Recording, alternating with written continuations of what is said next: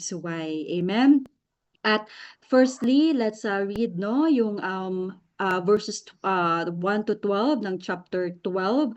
So, Tagalog version muna tayo. So, verse 1, nagsimula si Jesus na magsabi sa kanila ng mga talinghaga, isang lalaki ang nagtanim ng ubasan. Nilagyan niya ng bakod ang paligid niyon at naghukay ng dako para sa pisaan ng ubas at nagtayo ng isang bantayan.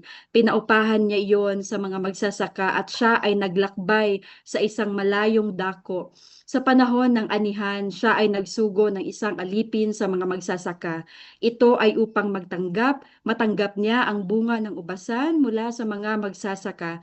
Subalit, sinunggaban nila ang alipin, hinagupit at pinauwing walang dala. Muli siyang nagsugo sa kanila ng ibang alipin, subalit binato ito, hinampas sa ulo at pagkatapos alipustain ay pinauwi siya.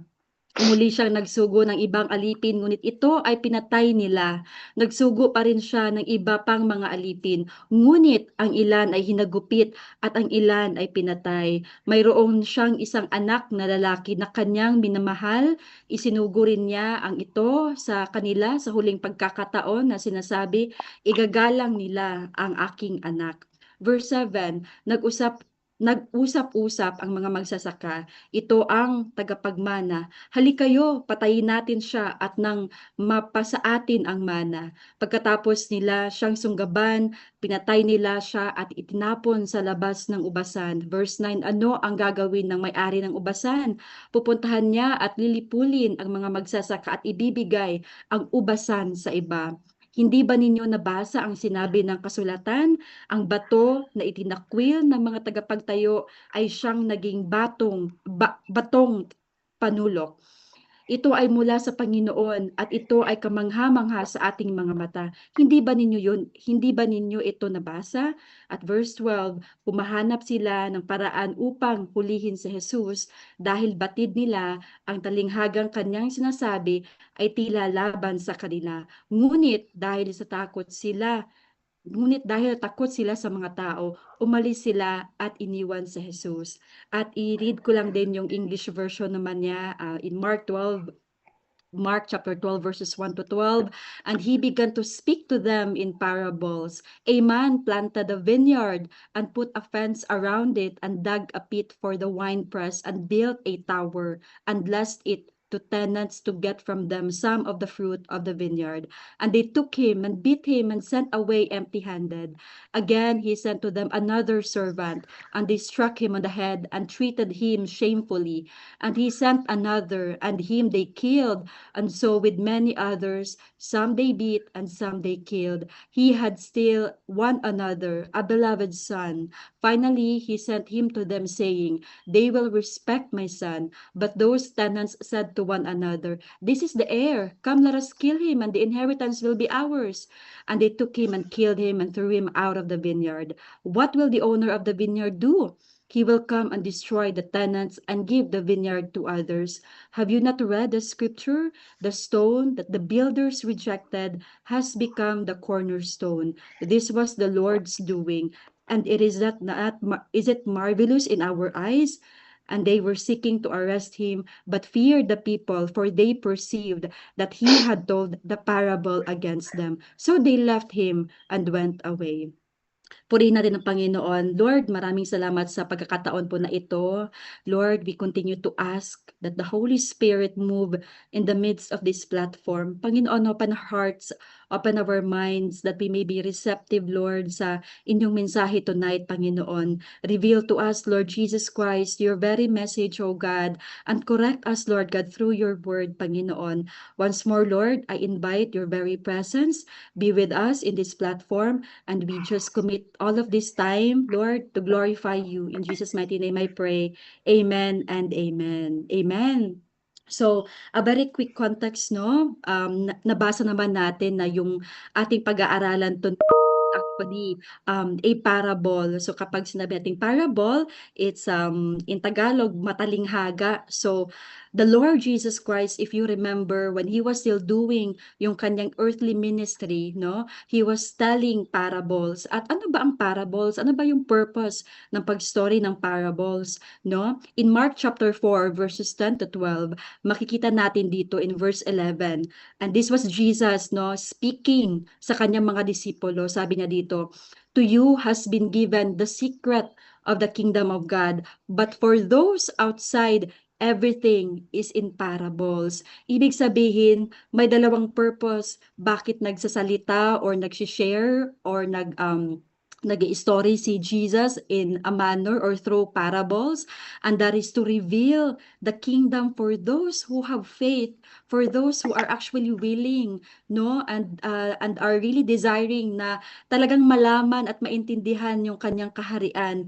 And secondly, ang purpose din ng parable is for those din naman sa mga tao na talagang may hardened hearts na, and that kaya nga 'di ba sa verse 12 sabi dito, so that yung mga tao na hindi pa din talaga willing to understand and accept him and really seek the truth, they will see but not perceive. They will hear but not understand, lest they should turn and be forgiven. Kaya sa ating pag-aaralan tonight, no, itong location ng storyang ito, this has happened in Herod's temple. So this happened during the last week of the Lord Jesus Christ.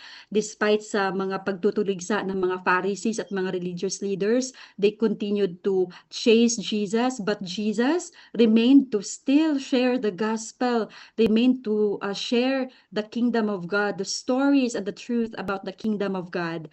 And so, ito na nga yung parable of the tenants.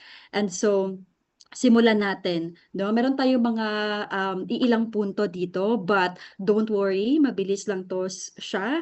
And unang-una malalaman natin, no, sa verse 1, makikita natin doon yung preparation or yung paghahanda ng vineyard. When you say vineyard, that's ubasan.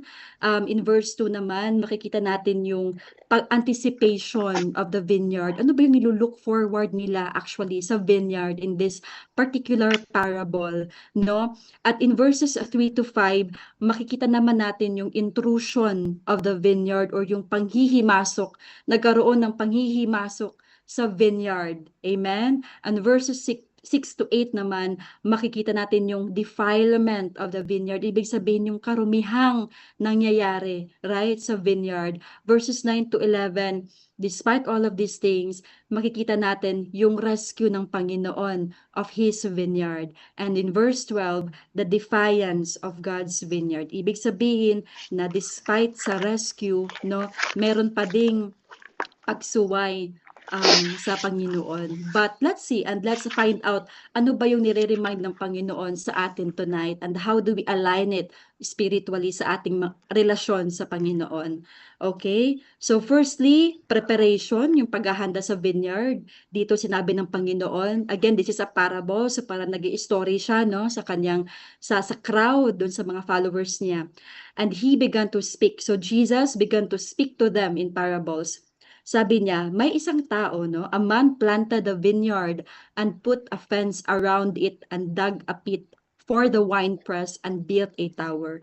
Ibig sabihin, makikita talaga natin dito na sa story na to, sa parable na to, may isang tao daw na he has put or planted a vineyard. Ibig sabihin, he has put and placed huge investment para sa vineyard na ito, para sa ubasang ito. And the owner of the vineyard, he did everything, no, that was necessary to establish what was intended for the vineyard to be productive. And you can just imagine, no, kung tayo, 'di ba, parang we are joyful like putting up our own business or meron tayong own natin na ministry or whatever that is that you try to invest in. 'Di ba, parang you try to do everything, you try to put everything. And similarly in this story, itong man daw na to, he planted a vineyard and put a fence. Ibig sabihin that he tried to protect that, right? And again, ano nga yung purpose ng parable? We have to understand na itong storyang ito, hindi lang to simply tell a story, pero meron to siyang kingdom meaning. And what the Lord Jesus Christ is trying to tell us here is that this man actually is somewhat linked, or it refers to God himself, no? God in His grace, no? He planted a vineyard. At alam natin yung vineyard na nire-refer dito. That's actually the very nation of Israel. Amen? God did all that was necessary to plant that very nation, Israel, to provide for Israel and to protect Israel so that it could fulfill the purpose for what He's called to do. And He chose Abraham, no, as the initial vine. And just like Joseph, no, the nation grew like a fruitful vine over her walls. Makikita natin sa Genesis 49 verse 22 dito. Ang sabi dito na Joseph is a fruitful vine near a spring whose branches climb over a wall. Ibig sabihin lamang na God, no, by His grace, He chose Israel, and from Abraham, He continued to use people in order for His works, in order for the ministry and for His glory to flourish, 'di ba? And in this particular verse, Jacob yung of course yung father ni Joseph, no? Jacob is blessing his son Joseph. And we all know kung ano ang nangyari kay Joseph, 'di ba? He was sold into slavery by his own brothers, but through his God-given ability to interpret dreams, Joseph rose to become a powerful ruler in Egypt, second to Pharaoh. And so, ang context ng verse na ito is very significant because Jacob's blessing of Joseph, not only, it does not just show us kung gaano kamahal ng Panginoon at gaano kamahal ni Jacob yung kanyang anak, but it also speaks to the future, the plan that God has already set before Israel, na kahit na anong nangyari kay Joseph, He chose Joseph to actually his life be used mightily para mag-provide, no, during sa times ng famine, sa mga times na kinailangan nila ng pagkain. No, Joseph was there, and Joseph became a fruitful vine, no, as what the verse says. And so as we go back sa previous verse natin, so ito, a man planted a vineyard and put a fence around it. And ano ang ginawa sa upasang ito? The man leased it to tenants and went into another country. So, ibig sabihin, meron daw isang may isang man, he put a vineyard, and ginawa niya ang lahat para alagaan ito, and leased it to tenants, no? Back in the days of the times of Jesus, very common itong practice na ito na parang pinapalis lang or pinaparentahan lang, no, yung mga ubasan. At ang nangyayari, upon harvest, nagbibigay lang ng 30 to 50%, no, of whatever amount na ma-harvest nila. So basically, yung mga tenants, wala silang, they made no investment, and the landowner took all the risks, no? And similarly, again, aligning that to the kingdom message, God has chosen Israel. God did all the work to establish the people of Israel. He took all the risks. And you can just imagine kung gaano ka-bless ang Israel. Pero ano ba ang naging kabayaran at paano ba tinreat, no, ng Israel ang Panginoon? Let's continue. So, verse 2, sabi dito, when the season came, He sent a servant to the tenants to get from them some of the fruit of the vineyard.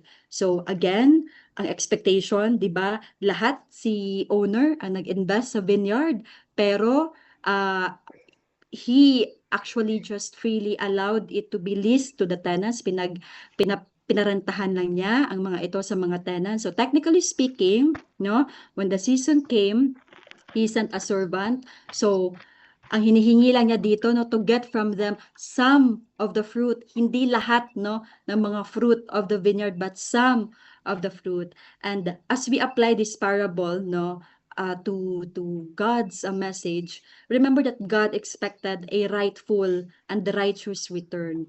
God expected the vineyard to bear fruit for His glory.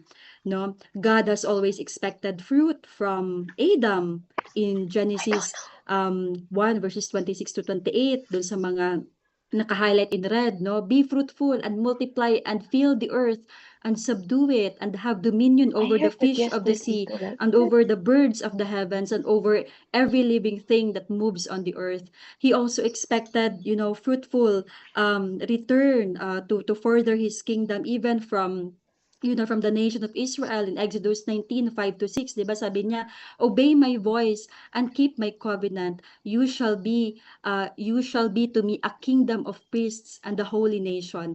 At even sa atin din na kanyang new covenant church, sabi niya sa John 15 verses 5-8, 'di ba? "Remain in me and I in you. You will bear much fruit, much fruit. This is to my Father's glory that you bear much fruit, showing yourselves to be my disciples." So ibig sabihin lahat ng 'to, no, in this particular story, God reminds us tonight na He is expecting good the morning. vineyard, yung kanyang Good morning. ubasan, no? Tayo, that we may bear fruit for His glory. Amen? And point 3 na tayo, the intrusion of the vineyard. So let's continue to see ano ba ang nangyari. Meron bang paghihimasok na nangyari? Yes, of course.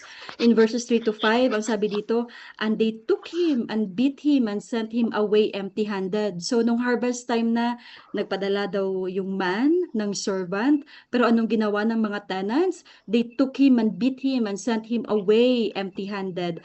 And in verse 4, again, the man sent or the landowner sent to them another servant. At ano ang ginawa ng mga tenants? They struck him on the head and treated him shamefully. At meron pa, verse 5, he sent another and him they killed. This time pinatay na nila. And so with many others, some they beat and some they killed. So grabe, no? Yung naging reaksyon, right? And again, we all know that the Lord Jesus Christ is speaking, actually in more particular, the religious leaders, the Pharisees, the Sadducees, the Sanhedrin, who continues to go against the teachings of the Lord Jesus Christ, no? So, we learn na those entrusted with God's vineyard misused and abused His servants. Inabuse nila, very clear naman dito sa verses 3-5, di ba? Now, again, I would like to highlight na ang mga tenants na sinasabi dito, of course, some scholars would say, and I believe that it's also the very message actually, that the tenants that's being referred to in this story, it points to those Israelites who have been faithless, right? And makikita naman natin sa ministry ng Panginoon, it has always been You the never see her. religious leaders who have been going against the ministry and the works of the Lord Jesus Christ. Kent Hughes writes that Jesus' hearers knew that he You're was spiky. talking about ito na yung mga Hold her like faithful this. servants ng mga Panginoon na kanyang No, pinadala, I'm no? drinking hot They water. knew that he was referring to the way the leadership of Israel had treated God's prophets and that Jesus' parable was no exaggeration. So parang kumbaga kung ate ding iisipin, no, it actually mirrors yung actual na ginawa ng Panginoon. He sent Elijah, no? Elijah was driven into the wilderness by the monarchy, and we can always refer to these references dito, no, sa mga scripture na ito. Isaiah even, according to tradition, he was saw asunder. So Zechariah, on the other hand, he was stoned to death, right? Near the altar. John the Baptist, alam natin, siya ay pinugutan. He was beheaded. The writer of Hebrews summarizes, they were stoned, they were sawn in two, they were killed with a sword. They went about in skins of sheep and goats, destitute, afflicted, mistreated, of whom the word was not worthy, wandering about in deserts and mountains, and in dens and caves Why do you of want to the company? earth. Come on. So just imagine, no, many faithful servants of God today, even ngayon, we encounter and we have seen stories of Christians being persecuted, ini-imprison sila, pinapatay sila. They are not with their families or their congregations, no? Including innocents who died even in wars, di ba? And so, tayo, no, kung saan man tayo ngayon, just come to think of it, this word tonight is also a reminder kung gaano tayo ka blessed, no, na hindi ganito kalala yung or bigat yung pinagdadaanan natin. We may be going through some emotional parang instability dahil sa mga persecution of our very own families, but always remember that it has already been foretold in the scripture that those who would follow the Lord Jesus Christ would also face persecution. But we rejoice, no? We rejoice amidst the persecution dahil alam natin na ang ating sinishare ay ang katotohanan ng Panginoon. And even in the midst of persecution, there is joy, there is peace, because we are doing everything for the Lord Jesus Christ. Amen? And as we continue, right, punta na tayo sa ating point number 4, the defilement of the vineyard. Ibig sabihin, after all those servants na pinadala no, ng landowner sa parable na ito, ang sabi, merong karumihan. And in verse 6, it says, he had still one other, a beloved son. Finally, he sent him to them saying, they will respect my son. Yun yung naging desisyon, yun yung perspective ng landowner. This time, I will send my son because for sure, no, they will respect my son. Yun yung ano. And you can just imagine yung moment na ito. I believe that the Lord Jesus Christ was telling this parable in a manner na yung tension talaga no sa mga nakikinig ng parable is also increasing or arising, no. And so in Genesis, itong particular na story na to or itong verse na to, no, this is actually parang it's somewhat is very familiar to us dahil ito din yung 'di ba story ni Abraham. In Genesis 22 verse 2, it says here na he said, take your son, your only son, Isaac, whom you love, and go to the land of Moriah and offer him there as a burnt offering on one of the mountains of which I shall tell you. And in John 3:16, alam naman natin, for God so loved the world that he gave his only son, that whoever believes in him should not perish but have eternal life. I just want us to remind na itong particular na text natin tonight, it's a parable, but it mirrors to what the other scripture has said. It mirrors to what the Old and the New Testament has already been foretold, no? Jesus was not implying na God did not know the outcome of his son. Just like in this parable, di ba, na pinadala ng landowner yung kanyang anak para this time sana respetuhin, no? God knew all the while. This final sending highlights the determination of the landowner to secure what is rightfully his. He was willing to send his beloved son to secure the harvest. Pinadala niya ang kanyang anak dahil din sa kanyang beloved vineyard, dahil din sa kanyang ininvest na vineyard, no? He was so concerned about his beloved vineyard precisely because of his beloved son. You see, the vineyard was the son's inheritance. So just to come to think of it, no, grabe yung pagmamahal, no? God knew all the while that even after sending the Lord Jesus Christ would of course face persecutions and ultimately suffer death, no? But we all know that it has already been part of God's redemptive plan at ito ay grasya talaga at biyaya lamang ng Panginoon na tayo ay nakakilala at nakatanggap sa Panginoon. And as we continue in verse 7, but those tenants said to one another, this is the heir. So, yun na nga, pinadala na yung anak. But those tenants, they said to one another, this is the heir. Ito na yung tagapagmana. Come, let us kill him, and the inheritance will be ours.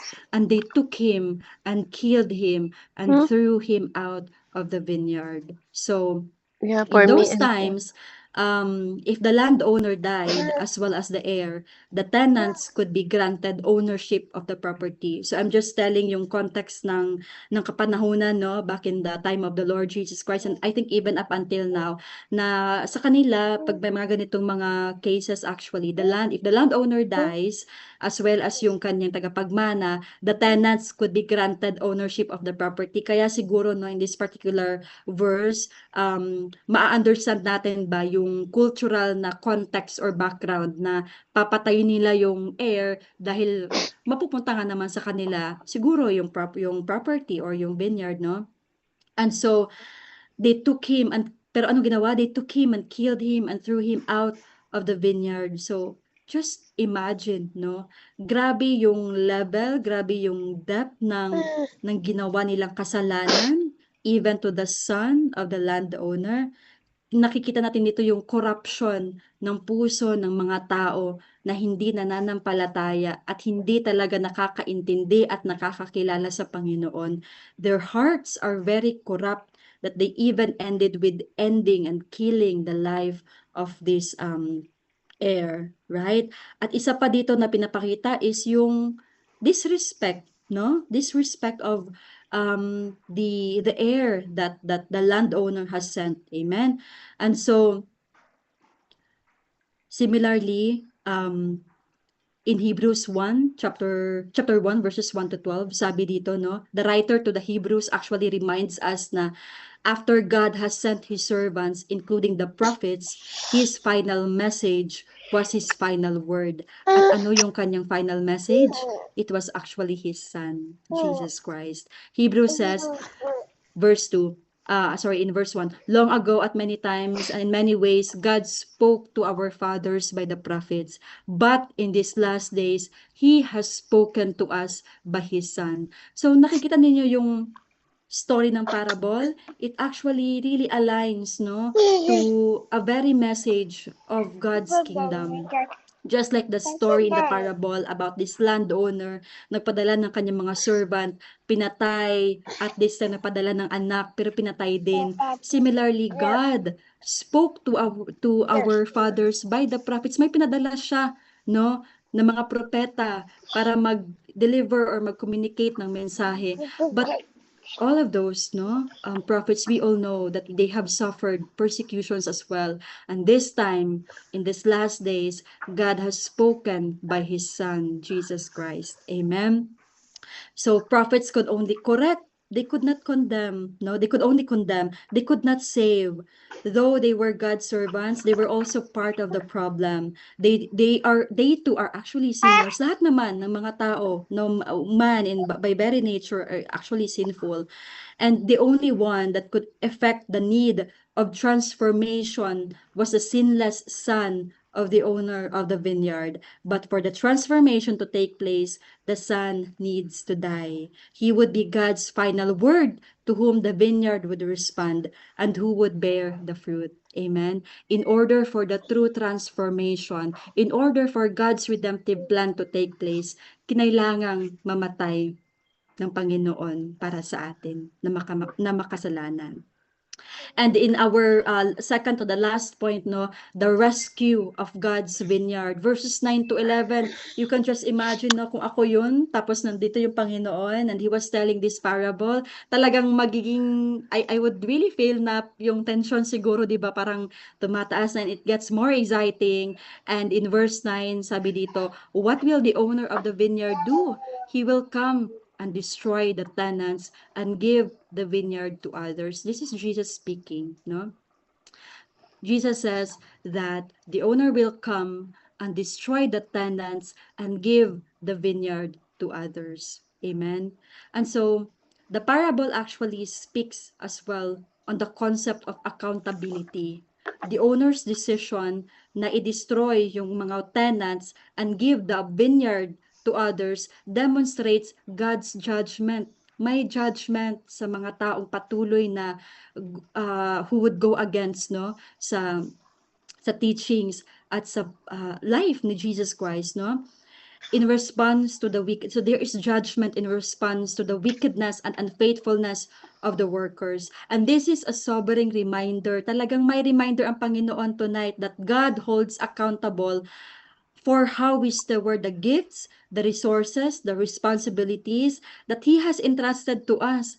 And it also serves as a warning to those who continue to reject, no, God's messengers, as there will be consequences for their actions.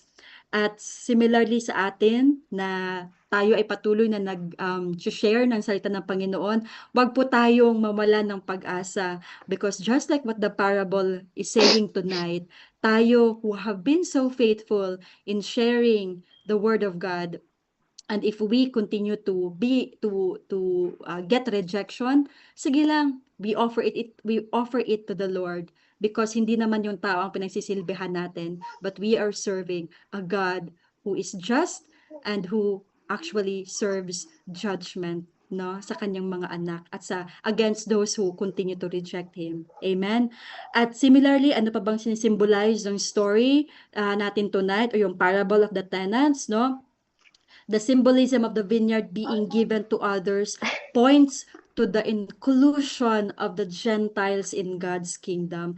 Remember that Israel is chosen by God as a special nation. But dahil sa ginawa no ng mga Israelites na Yeah. ako lang You're going to um daycare soon. I can't contain. Spit off your face. But Into God red offers spots. no God offers this salvation Hmm.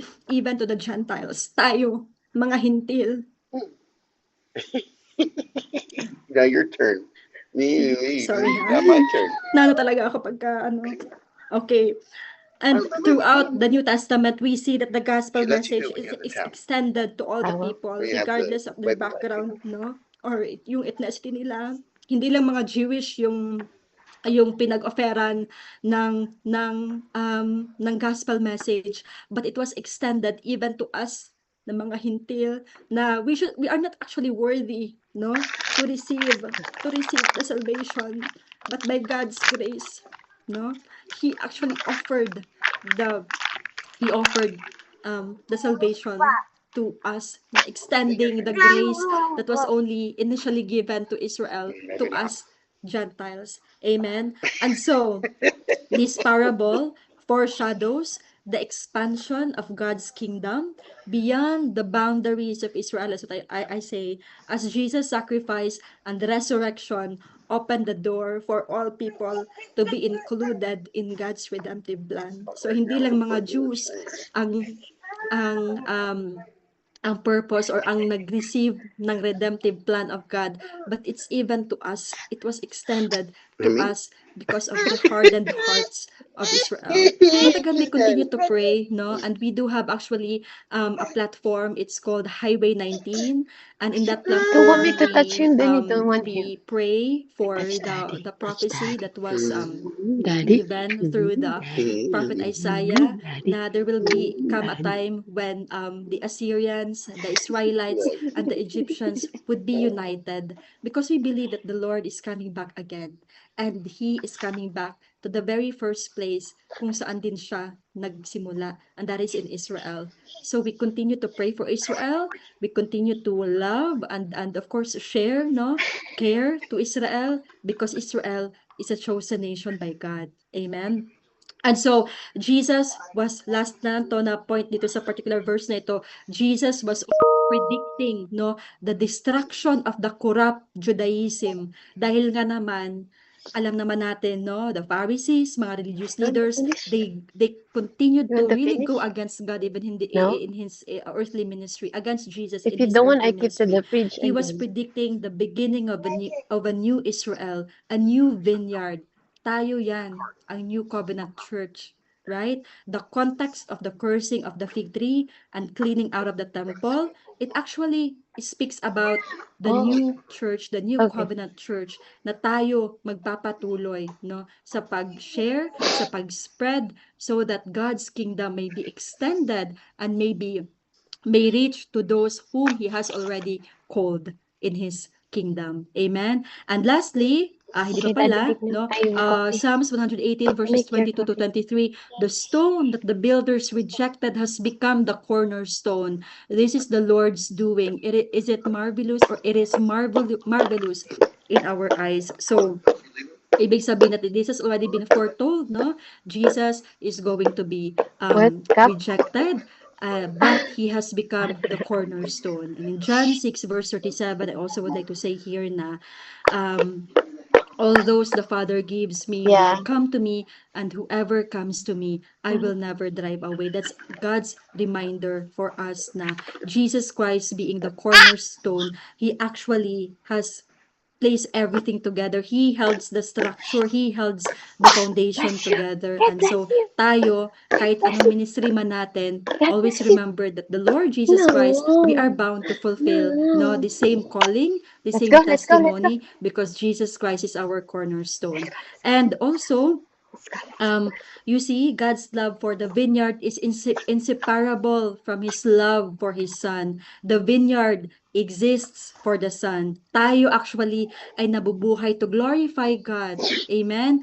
And so, um, in Isaiah 53, it reminds us that Jesus will go Wait, bear wait. iniquities What do you and want? What do bear you the want? sin of What do you many, want? but What do you want? clearly I no give you one stick. can disinherit him. In verse 11, sabi dito, after that he has suffered, he will see the light of life and be satisfied by his knowledge. My righteous servant will justify many, and he will bear their iniquities. In verse 12, therefore, I will give him a portion among the great, and he will divide the spoils with the strong, because he poured out his life unto death, and was numbered with the transgressors. For he bore the sin of many, and made the Oh, wow. intercession for the transgressors. And as a last point natin, the defiance in God's vineyard. So, sa kahuli-hulihan, makikita pa din talaga natin na kahit na may pangako ang Panginoon that He is actually going to justify those kanyang mga anak, no? Makikita natin dito kung ano naman yung mga naging reaksyon still ng mga religious leaders, ng mga Pharisees, and even to the unbelievers of our times. Verse 12, it says here, and they were seeking to arrest him, but feared the people, for they perceived that he had told the parable against them. So they left him and went away. So, kita ninyo, Jesus was telling this story, this parable, tapos ito na nga yung mga Pharisees, no? They were seeking to arrest him, pero they actually feared the people, for they perceived that he had told the parable. So they think that the Lord Jesus Christ was actually speaking to them, which is oo nga naman. The parable actually was meant to be directed towards itong mga religious leaders na ito. Pero rather than repenting and bowing the knee to Jesus Christ, no? Just like the wicked tenants in our story tonight, itong mga religious leaders na to, they remained defiant. They remained to reject, no? Against the rightful owner of the vineyard. See how foolish these people are. But we all know in the end, again, merong judgment at meron tayong gantimpala na marireceive sa Panginoon kung tayo ay nagpapatuloy despite sa mga rejections nating nare-receive. So tonight we should take comfort, no, that God will have His fruit and will continue to send the likes of you and me to bring in that harvest. There will be huge cost. Malaki talaga at mabigat ang cost because we have to carry our own cross every day as we continue to disciple. But God's relentless pursuit of His own will bear fruit. Amen? Tayo na nagpapatuloy sa pagpapagal, sa pag-continue ng ating mga ministries, di ba? It will, again, just like what Pastor Ami has said earlier, no? Our works, our efforts will never be in vain because God is a God who is faithful enough to reward and see our hearts. Amen. We may at times will go forth weeping, but we will come forth bring in the sheaves. So, when you read in Isaiah's parable of the vineyard, kasi meron ding parable of the vineyard in Isaiah, no? It ends with the destruction of the Yeah. vineyard. But in Jesus' parable tonight, no, Yeah. in Mark Because 12, it's cold it outside. ends with a promise. That's It why I ends put that with the in. assurance of perseverance. It Yeah, they're ends going to the not with a daycare. judgment, but with grace. Amen? At ito pala yung sinasabi ko na it's also a similar parang parable of the vineyard as well in Isaiah 5 verses 1 to 7. No? And you can always refer to that parable. But this is just in contrast, no, sa ating napag-aralan tonight na in this parable in Mark 12, we have actually learned that there is grace amidst, no, amidst sa mga rejection, amidst sa mga pagsubok, sa mga trials, sa mga challenges and rejections. Amen. And so, you are not the owner, we are not the owner, and we are not the son. We have come into this world as a defiant tenant. Tayo ay makasalanan. We can become a faithful servant if we will repent of our sin and believe on the Lord Jesus Christ, who died, no, for the sins of all who will trust Him for the rescue. He can do this because He promises in Psalms 118, and as Mark will conclude in chapter 16, He rose from the dead. So tonight, church, brethren, let's embrace the crucified, risen Savior, and let's be part of that vineyard that God so loved. Amen. And before tayo dumako sa ating conclusion, a time of reflection as well, how does the passage actually reflect spiritual alignment, no? Tayo ay magbigay ng time, and let's go back to this comparison. Tayo ay nami-misalign kung if we are acting on our own rather than what God owns, 'di ba? And how